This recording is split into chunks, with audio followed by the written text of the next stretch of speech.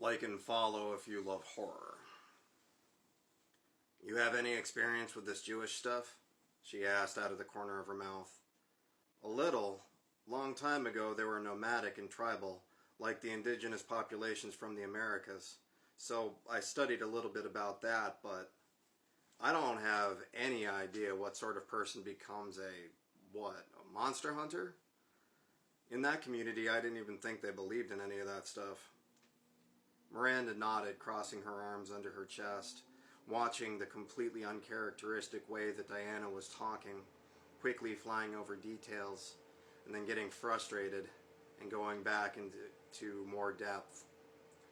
For his part, Wolf just listened without interrupting. He's quiet. I like him. Now we have an issue, Ronnie. I got a call from Supervisory Agent Lamont a few minutes ago. He has asked that we include Agent Giuliani in our investigation. With this many dead and the media in on it, he wants a golden goose to get the collar. Ronnie nodded silently. One downside to his department was the complete lack of spotlight. None of them would move further in their careers than this department. After all, any media attention on them could shine a light onto what they did, and if that happened, the consequences could be catastrophic. For a brief moment, he felt bad for Diana, who'd been abandoned over politics and picked up by the UPD as almost an orphan.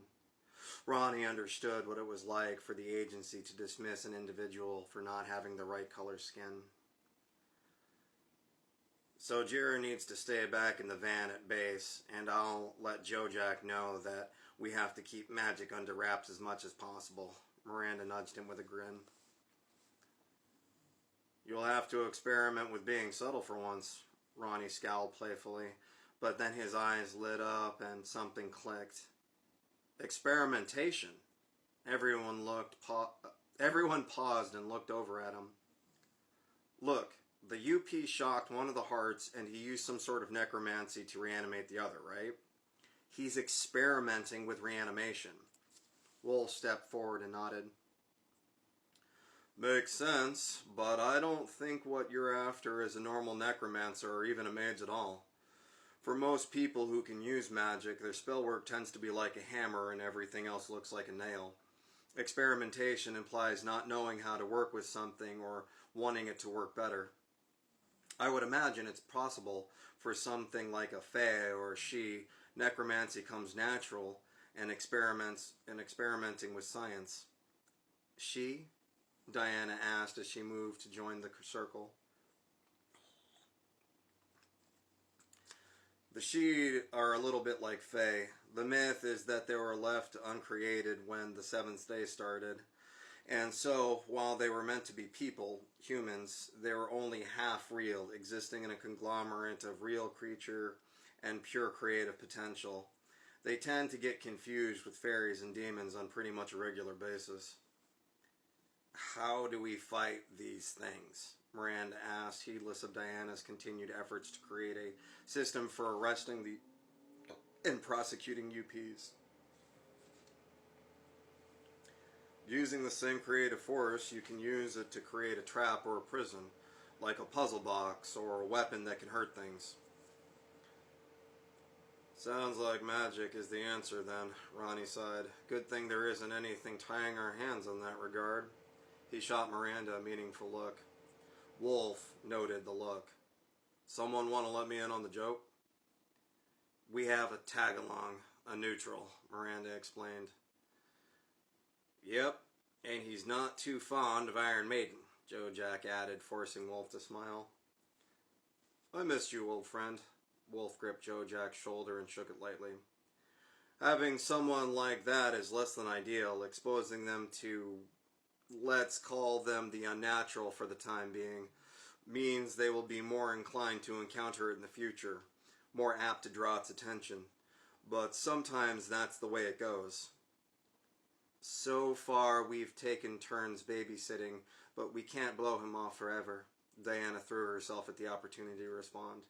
We've been feeding him specific details and omitting a lot. Specific details? Wolf asked. I wouldn't know where to start with that.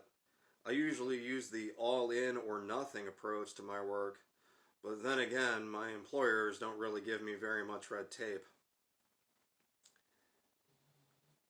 Details like the methodology, but not the necromancy. It's not ideal, but we're stuck with it, Miranda explained. The UPD is precariously cross-section of the normal world and the quick. So, just to clarify, make sure that I have everything in hand. There's something that has been murdering dozens of people at once, multiple times, in horrific ways that involve both science experiments and necromancy, and you're concerned more with keeping some young man uninitiated than you are with saving lives. There was a pause. Miranda's eyes narrowed. Slowly her gaze turned to land on Jojack. Jojack smiled back nervously. Those are our parameters. No one is happy about them, and frankly, I don't care, Miranda said bluntly. We have a killer to stop. We don't have a trail. We have barely even a motive. If we're going to stop this thing, I need you to help my profiler, Agent Saferstein, understand how it's choosing its victims. Diana took this moment to attract Wolf's attention and break the current mood. So we know it's experimenting. It's learning how to perfect its art. The key factors of its ritual are the complete removal of the skeletal system and reassembly into a pose of what we believe to be classic paintings. It's making macaroni art out of human remains, Wolf said with a slow nod. It's more complicated than that, Diana tried again. At this moment in my research on the sorts of perpetrators the UPD hunts, I have found no reason to believe psychology of each being is random. Perhaps alien in a way, but not random.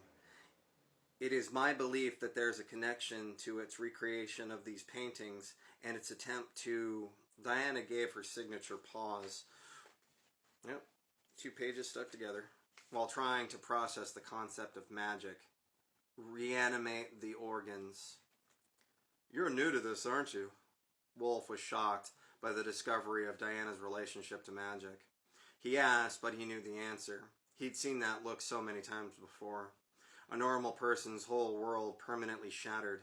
It was like a form of post-traumatic stress. I was unaware of the existence of magic and mythical creatures up until about 2 months ago. Diana struggled to understand Wolf's posture and tone. Wolf was blunt about his question, but she worried that she'd lost his confidence. Wolf nodded thoughtfully, his features losing the irritation and frustration as he began to understand. Are you handling it all right? His voice was soft, kind, understanding. Given the circumstances, I say I'm adapting. I've presently studied 283 case files.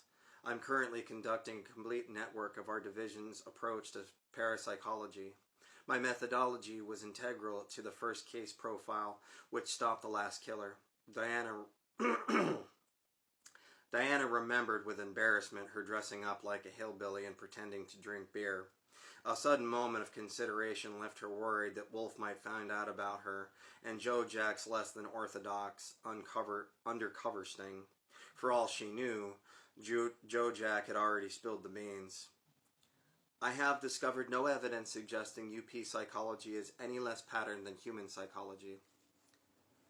Not quite what I asked, but burying yourself in work is as good as any response. That's definitely true. These things are, for all practical intents and purposes, people. Cognitively different and capable of far more destruction than most people, but I have had to do something similar, trying to understand how these creatures work. Does that mean we treat your scientist like a human until we figure out how many arms and legs it has? In a sense, Diana said. The behavior is not dissimilar to an institutionalized habit.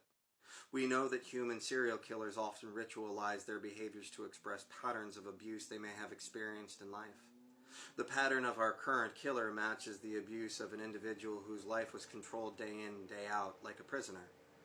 It would seem our killer's needs to see the skeletal reassembled in a way that soothes its very specific habits and desires. Then why remove the skeletons? Wolf began to teeter on his heels, the rocking motion so common in Orthodox Jewish prayer. As he found the